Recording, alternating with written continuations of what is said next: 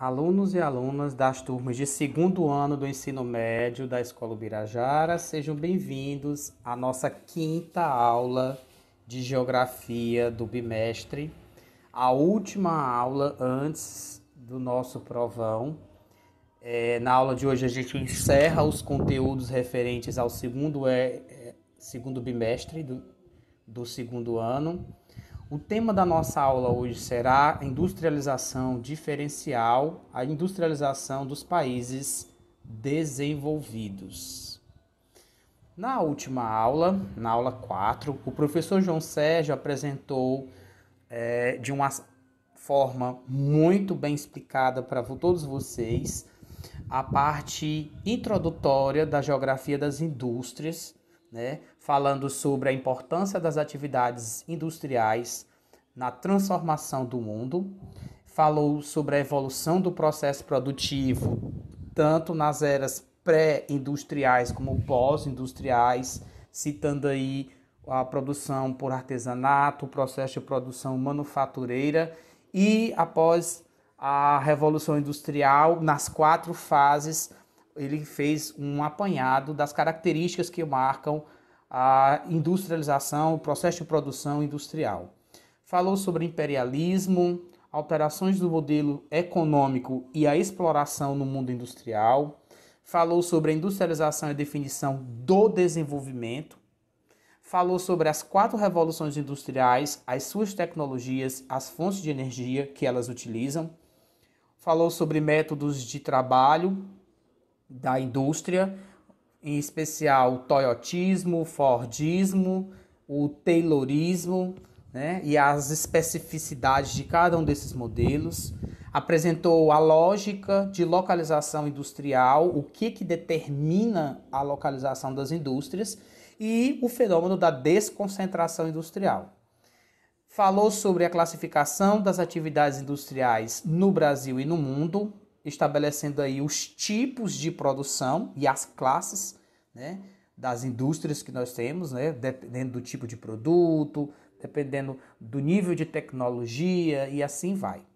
E também falou sobre os fenômenos de concentração industrial e o fenômeno da dispersão industrial, certo? Que são conceitos muito importantes a ser considerados no estudo da geografia das indústrias. Na nossa aula hoje, a gente vai aprofundar um pouco esse conceito, né? Esses conceitos, nós vamos resgatar alguns dos conceitos que foram estudados na aula passada, fazendo uma apresentação mais voltada para o tema da nossa aula de hoje, que seria a industrialização dos países desenvolvidos. Trataremos sobre o processo de industrialização diferencial entre os países, o que marca a diferença no estabelecimento da atividade industrial em cada um deles. Buscaremos entender o processo industrial, o sucesso industrial entre as nações ditas pioneiras, aquelas que primeiro desenvolveram a industrialização.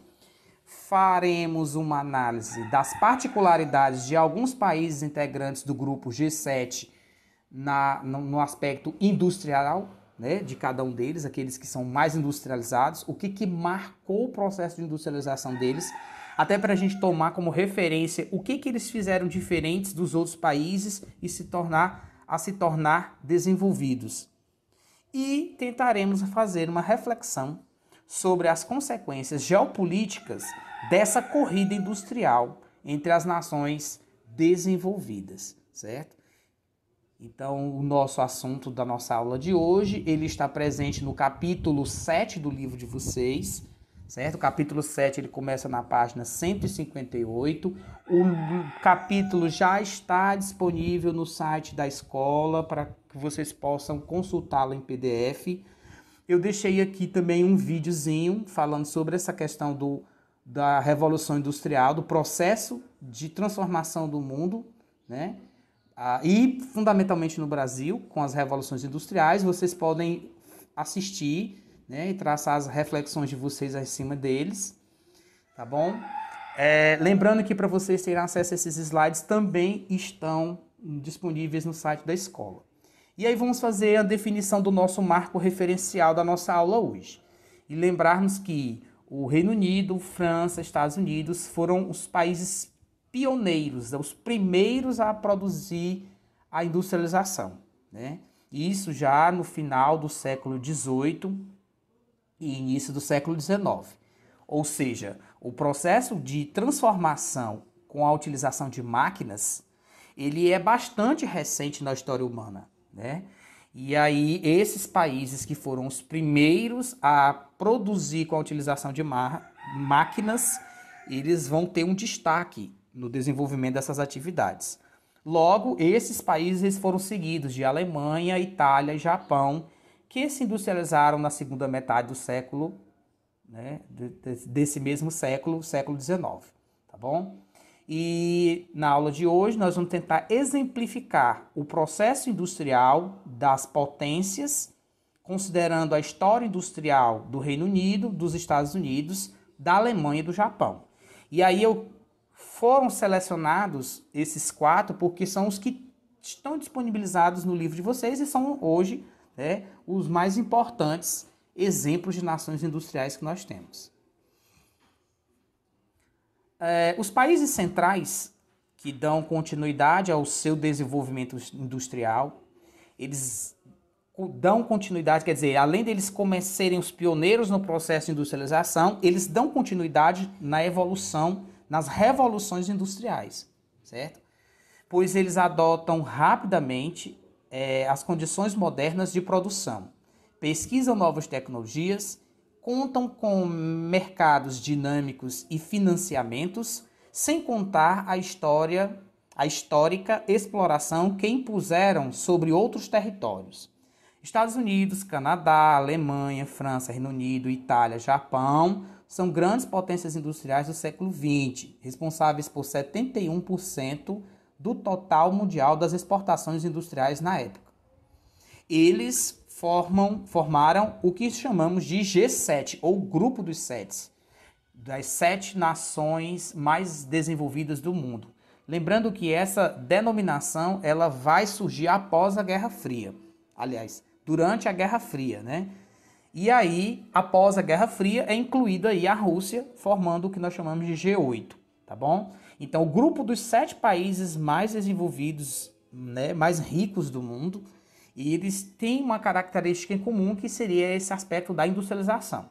E aí vale lembrar, quando nós estudamos desenvolvimento, eu falei com vocês que por muitos anos, por muito tempo, o critério que determinava o nível de desenvolvimento do país era a produção industrial e o PIB, certo?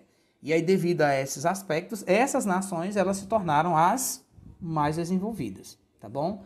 Lembrando que nós temos critérios de desenvolvimento diferentes adotados hoje, após a criação do Índice de Desenvolvimento Humano, do IDH, mas mesmo assim, esses países eles estão no topo, certo?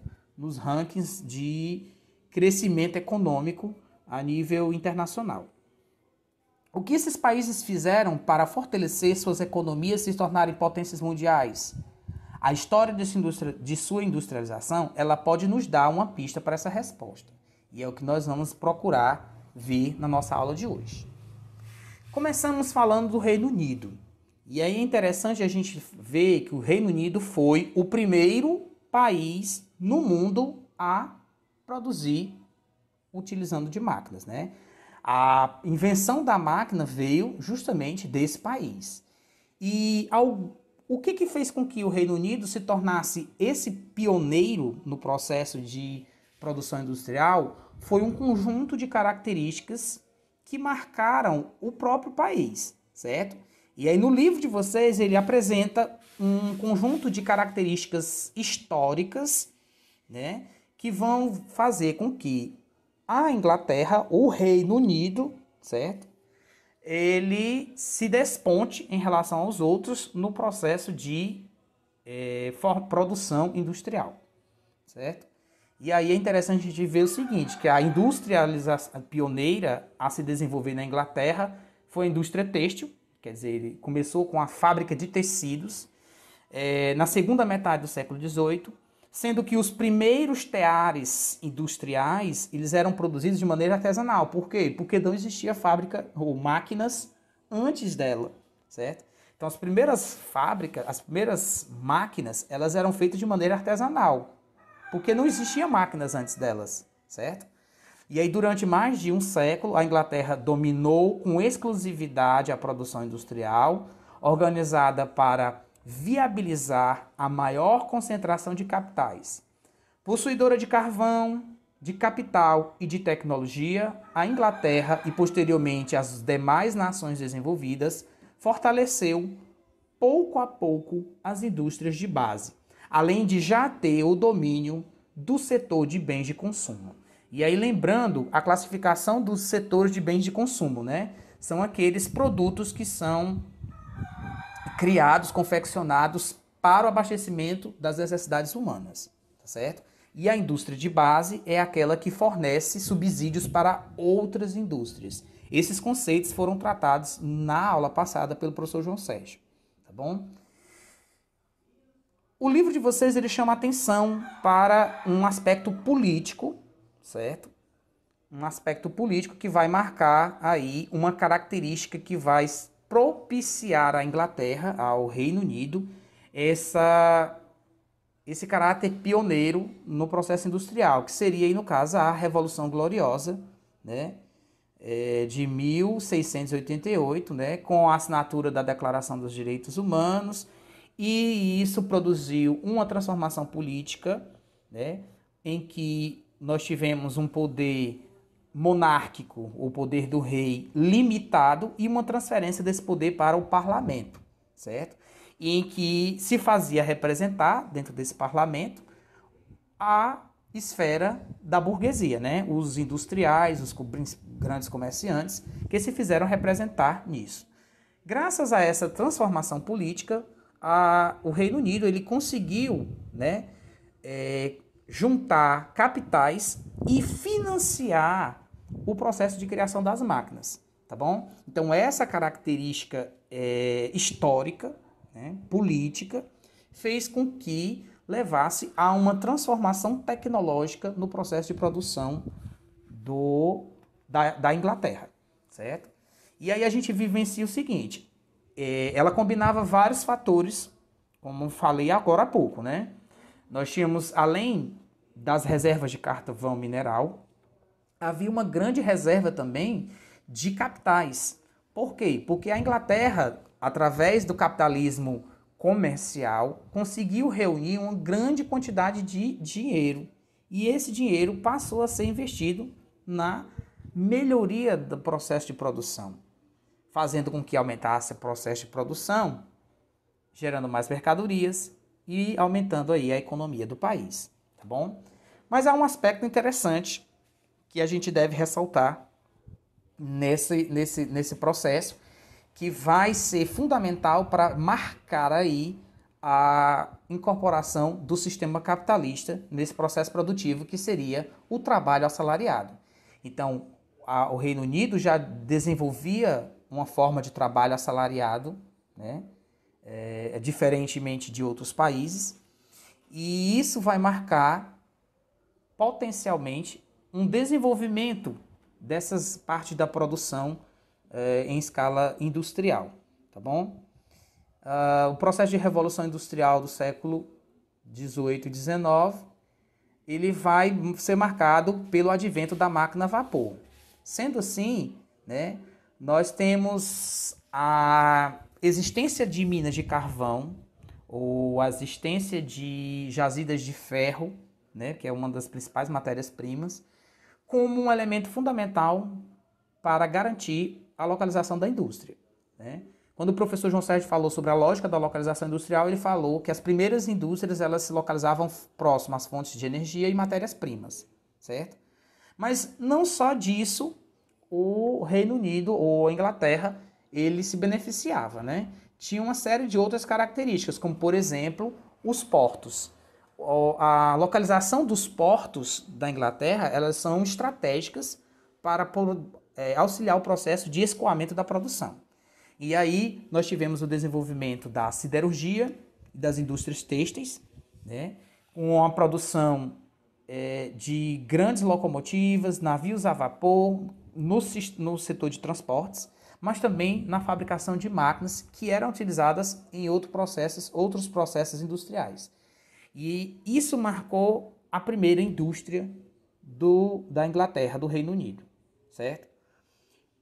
E aí, para que eles pudessem garantir o escoamento dessa produção, era necessário que houvesse uma interligação entre o eixo fluvial, que seria aí os rios, né, para o escoamento de transporte da matéria-prima, transporte do carvão, e os portos para conectar a produção industrial da Inglaterra com o restante do mundo. Depois, outros setores de produção, eles vão serem desenvolvidos no Reino Unido, a saber aí o setor de transportes, com a fabricação de automóveis, ou depois a produção de remédios, né, a indústria farmacêutica, que vai ser bastante desenvolvida, e esse processo de produção industrial ele vai se aperfeiçoando cada vez mais com o passar do tempo, né, fazendo aí com que o Reino Unido se torne aí uma grande potência mundial durante alguns séculos. Não só no aspecto de produção industrial, mas também no aspecto de dominação internacional. Isso fez com que o Reino Unido tivesse uma pressão muito grande de necessidade de matérias-primas, mercados consumidores, e promovesse a colonização de outros territórios. E isso vai gerar uma repercussão geopolítica na dominação dos territórios além mar por parte desses países. Não só do Reino Unido, mas da França também e outros países industrializados. Tá bom? Com o desenvolvimento das tecnologias, do conhecimento, o Reino Unido ele vai ter um grande desenvolvimento na área, hoje fundamentalmente, na área da biotecnologia, né, com a criação de grandes parques tecnológicos, como o de próximos à Universidade de Cambridge, certo? E aí esses conhecimentos científicos, né, é o que vai marcar aí o diferencial, o desenvolvimento técnico-científico é o que vai marcar o diferencial das indústrias desses países desenvolvidos, de indústria de ponta, para os países, por exemplo, do terceiro mundo ou em desenvolvimento, países em transição, tá bom? No Reino Unido, nós temos aqui um mapa que mostra os principais tipos de indústria que existem no território e a localização delas. Veja que nós temos muitas indústrias ainda na região central do país, mas o que mais aglomera indústrias aí, as regiões com maior concentração industrial são as regiões portuárias, né? Aí no caso Lancashire, né? Próximo aí o País de Gales, as regiões portuárias deles também, e assim vai. Contudo, apesar dela ter um grande crescimento econômico, após a Segunda Guerra Mundial, o Reino Unido ele começou a diminuir o ritmo de desenvolvimento. Não só o Reino Unido, mas o Reino Unido foi um dos que sofreu mais com a crise após a Segunda Guerra Mundial. Tanto que, para ele conseguir se restabelecer, ele necessitou de uma ajuda financeira dos Estados Unidos através de um pacto chamado Plano Marshall, em que os Estados Unidos vai financiar a reconstrução das potências europeias ocidentais que foram destruídas durante a Segunda Guerra Mundial. E aí, no período que vai de 1990 até o 2014, o país conseguiu se recuperar, né, passando do Japão e da Alemanha e da França, mas ainda ficou atrás de Estados Unidos e China na determinação aí do PIB internacional. E aí nós podemos fazer uma análise desses dados do PIB com base aí em 2014 em relação a outros países que são potências mundiais. Aqui mostra também como que nós tivemos o processo de crescimento, certo? Essa barrazinha laranja nós temos aí é o crescimento entre 90 e 2014 e o crescimento entre 1947, após a Segunda Guerra Mundial, até 1987. Perceba que no verde, que é o período em que o Reino Unido ele praticamente não teve um crescimento econômico favorável. Veja que ele está atrás da França, da Alemanha e do Japão.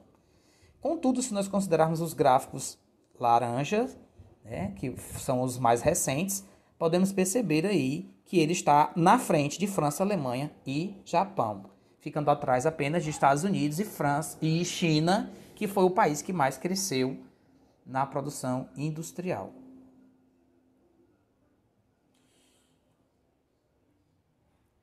Falando sobre os Estados Unidos, para a gente falar sobre os Estados Unidos é necessário a gente fazer um resgate histórico, lembrando que os Estados Unidos era uma colônia da Inglaterra, certo?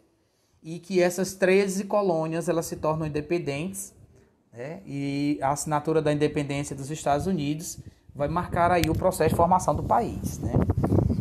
Dia 4 de julho de 1776. Gente, quem quiser se aprofundar sobre essa história, o livro de vocês ele traz uma série de informações a esse respeito, certo?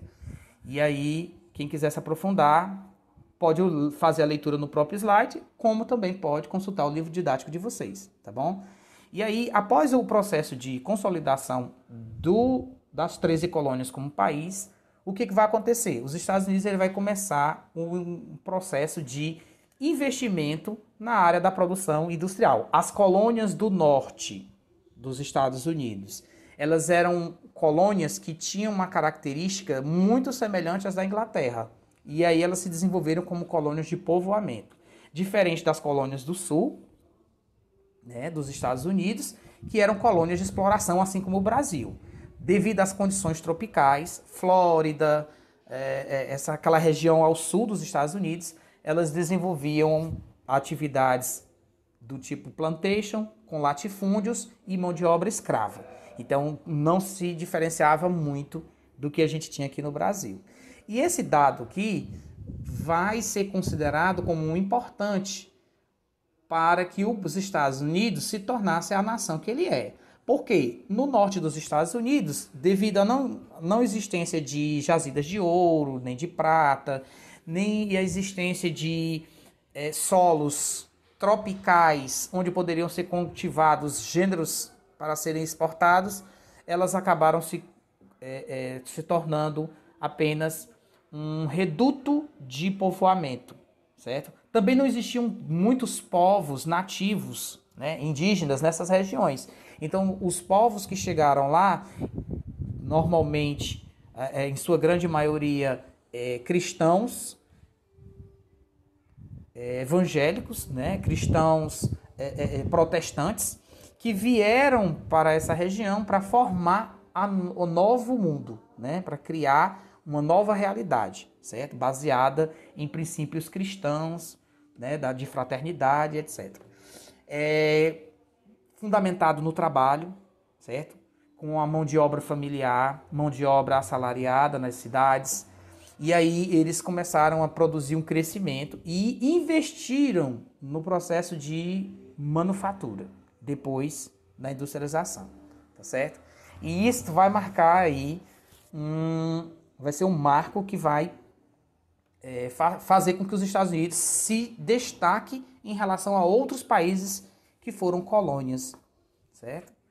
E aí a gente vai vivenciar um processo, gente, que vai ter uma expansão do território dos Estados Unidos. Eles vão necessitar aumentar o seu território e aí várias guerras vão acontecendo. O extermínio de povos nativos, o que chamamos de conquista do Oeste. Mas é interessante a gente considerar o seguinte, que o fato dos Estados Unidos, né, ser um país com maioria de primeiros imigrantes britânicos, de religião cristã protestante, né, eles fizeram com ideias calvinistas, né, que não tinham a proibição da obtenção do lucro, da riqueza, né, desde que ela fosse fruto do trabalho. Então isso favoreceu ao desenvolvimento de uma sociedade industrial, certo? Capitalista, que vai transformar a realidade das Américas, tá tá bom? Além disso, alguns fatores naturais, eles vão ser muito importantes para auxiliar nesse processo de fundação das indústrias dos Estados Unidos. Um aspecto interessante é, no caso aí, as minas de metais, certo? Os Estados Unidos ele tem uma grande abundância aí de metais, principalmente nessa região aqui, onde surgiram as primeiras indústrias, são as regiões aqui, né, do nordeste dos Estados Unidos, né, as colônias do norte. E aí nós temos o desenvolvimento que vai potencializar a formação das indústrias primitivas dos Estados Unidos, tá bom?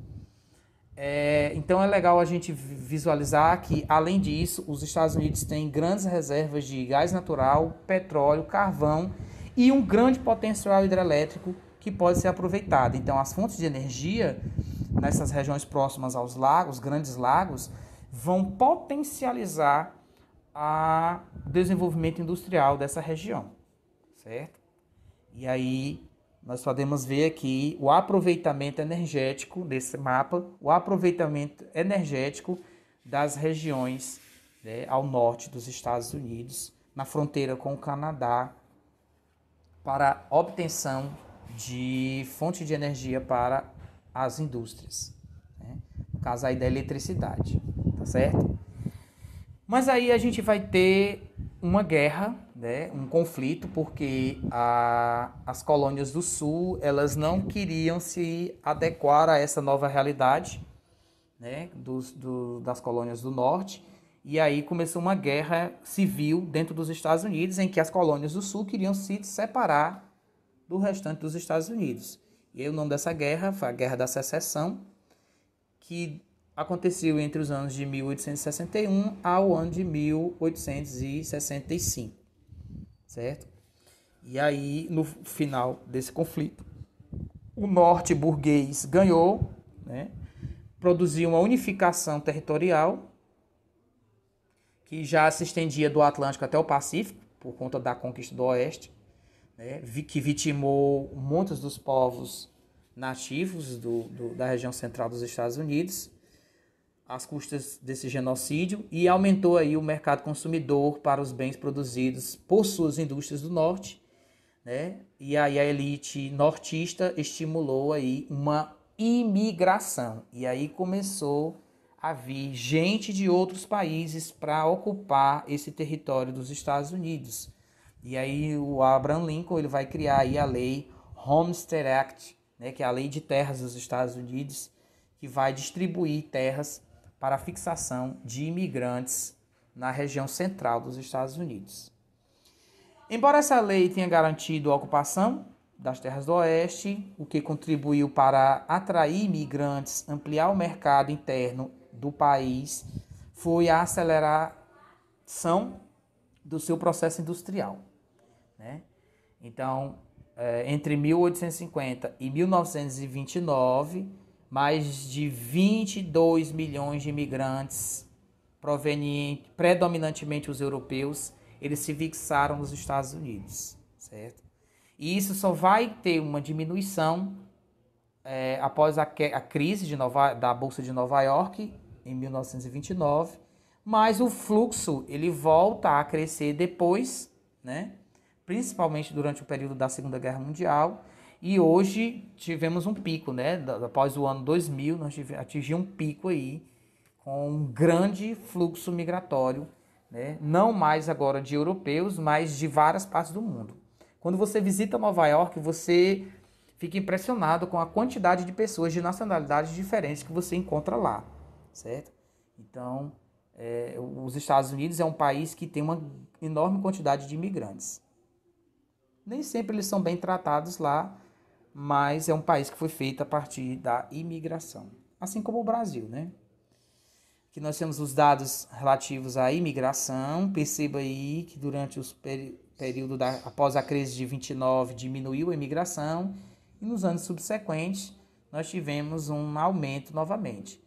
No ano de 2010, novamente diminuiu a quantidade de imigrantes nos Estados Unidos, fruto aí da crise econômica que o país vivenciou.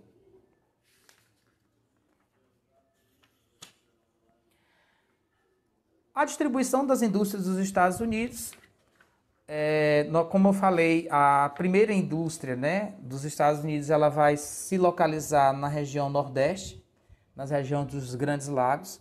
Isso porque essa região, além de serem as colônias do Norte, que iniciaram o processo de industrialização, essa região aqui ela tinha condições naturais, né, de minérios, de recursos, de energia, que vão favorecer esse processo de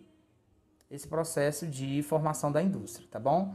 Mas aí depois a indústria ela vai, né, nessa região dos Grandes Lagos, ela vai se especializar na parte da siderurgia, né? Como aí o exemplo, a United States Steel, que é a maior do país, sediada em Pittsburgh, concentram-se no estado da Pensilvânia, em razão da disponibilidade de carvão, da facilidade de recepção de minério de ferro, das proximidades dos centros consumidores. Apesar do fechamento de fábricas que aconteceram após a grande recessão e a transferência de usinas para outras áreas, Pittsburgh ainda hoje é conhecida como a capital do aço, certo? Então, só para dar um exemplozinho, para vocês entenderem o tipo de indústria que se especializou no que a gente chama de Manufacturing Belt, ou o cinto da manufatura, o cinto industrial, né? O cinturão industrial de produção industrial nos Estados Unidos. Tá bom? Ao sul, nós temos aí um desenvolvimento de atividades industriais mais voltadas para a produção de energia, isso devido à descoberta do petróleo, né, gás natural, no Texas. Mas nós temos também o desenvolvimento da área da indústria aeroespacial, né, a indústria de foguetes, a indústria de aviões e outras coisas do tipo. E no oeste dos Estados Unidos, nessa região aqui, nós temos aí o Vale do Silício e aí o desenvolvimento de uma indústria de tecnologia, certo?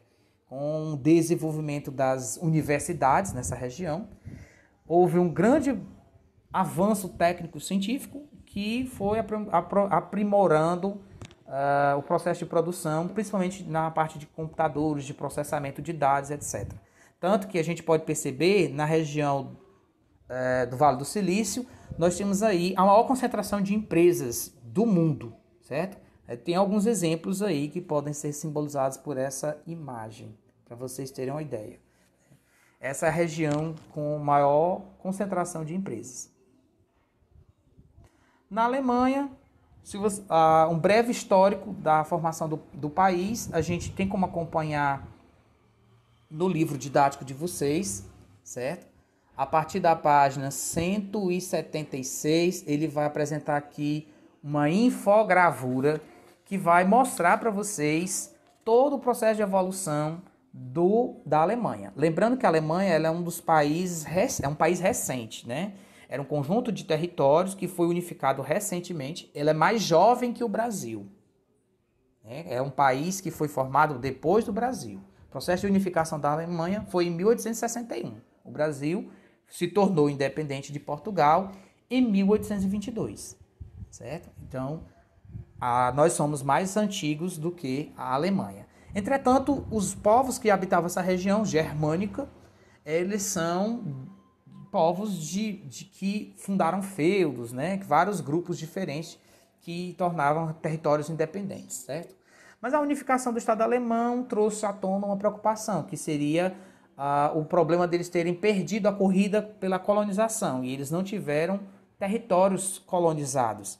E aí, como consequência, eles começaram a buscar a compensar esse processo, investindo na industrialização, investindo na educação da população, e aí um dos fatores que vai marcar a indústria alemã, a sofisticação da indústria alemã, é a grande capacidade de treinamento, né, a grande capacidade de produção dos seus funcionários, né, que tem um elevado conhecimento técnico agregado, certo?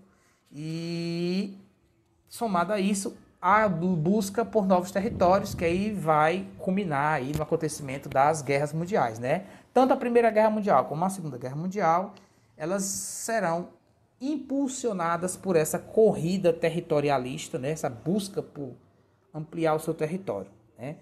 A Alemanha, assim como os Estados Unidos, é um país que se formou em cima de guerras, né? Para anexar partes de territórios de outros países ao seu.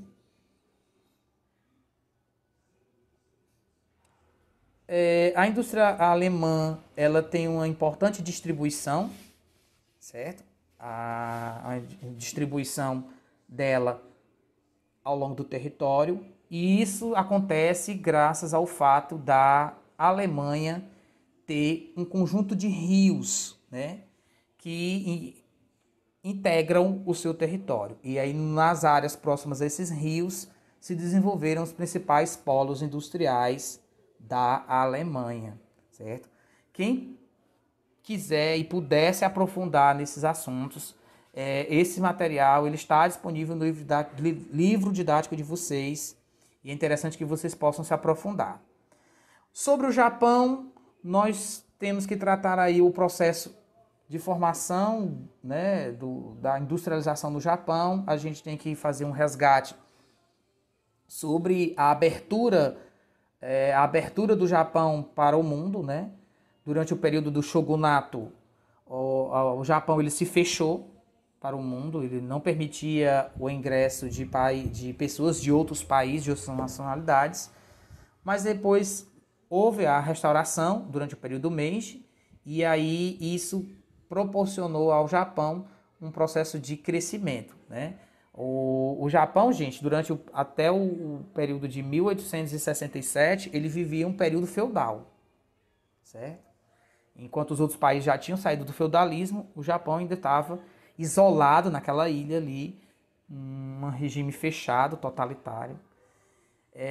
Mas aí houve um processo de reabertura com investimentos na área da indústria durante o período da restauração, entre 1867 e 1912.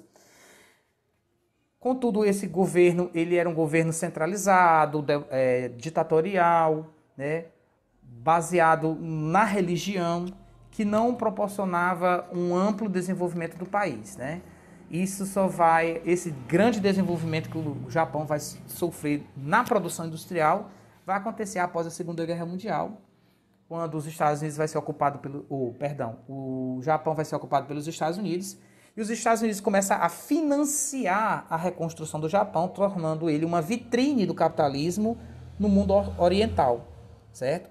E graças a esses grandes investimentos que os Estados Unidos vai fazer, o Japão ele investe na melhoria da tecnologia e também na educação do seu povo. E isso tem um diferencial, né, que a gente pode considerar aí no processo. Esse videozinho, gente, que eu botei para vocês é o Samurai X. Ele é um mangá, né, e um anime que conta aí a trajetória aí de um samurai dessa época aí da restauração Meiji, certo? Aí quem tiver interesse de conhecer, eu coloquei aí o link do YouTube para vocês acessarem, caso tenham interesse, tá bom? Aqui fala sobre o processo de distribuição da indústria japonesa, fala sobre a expansão, a política expansionista do território japonês durante o século XX, antes da Segunda Guerra Mundial, as consequências que isso vão trazer para o Japão.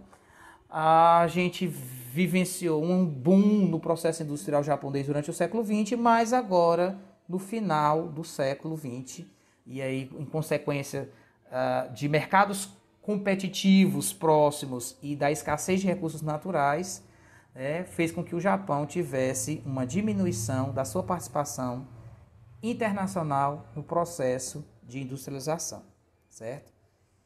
Então, as crises econômicas fizeram com que o Japão perdesse um pouco essa sua hegemonia no processo industrial internacional. Hoje, a Alemanha ela se desponta, né, gente, como uma grande nação que vai desenvolver aí já a quarta revolução industrial, né? E o que eu tinha para falar sobre o assunto era isso. Não tem como a gente falar sobre tudo, né? Senão a aula fica muito longa. Na nossa próxima aula a gente vai fazer uma revisão de preparação para a nossa prova bimestral. Gente, estude, certo? Não deixe de fazer a leitura dos materiais que estão disponíveis aqui nos slides, nem de fazer a leitura do livro didático. É muito importante que vocês se aprofundem nesses conhecimentos, certo? O que a gente fala na aula é só o mínimo para que possa auxiliar vocês no processo de formação de vocês, tá bom? Mas aí a formação de vocês ela só vai acontecer se você estudar, tá certo? Se você se desenvolver, se disponibilizar tempo, né, e esforços aí para estudar, tá certo? Muito obrigado, gente, pela atenção de vocês. Até o nosso próximo encontro.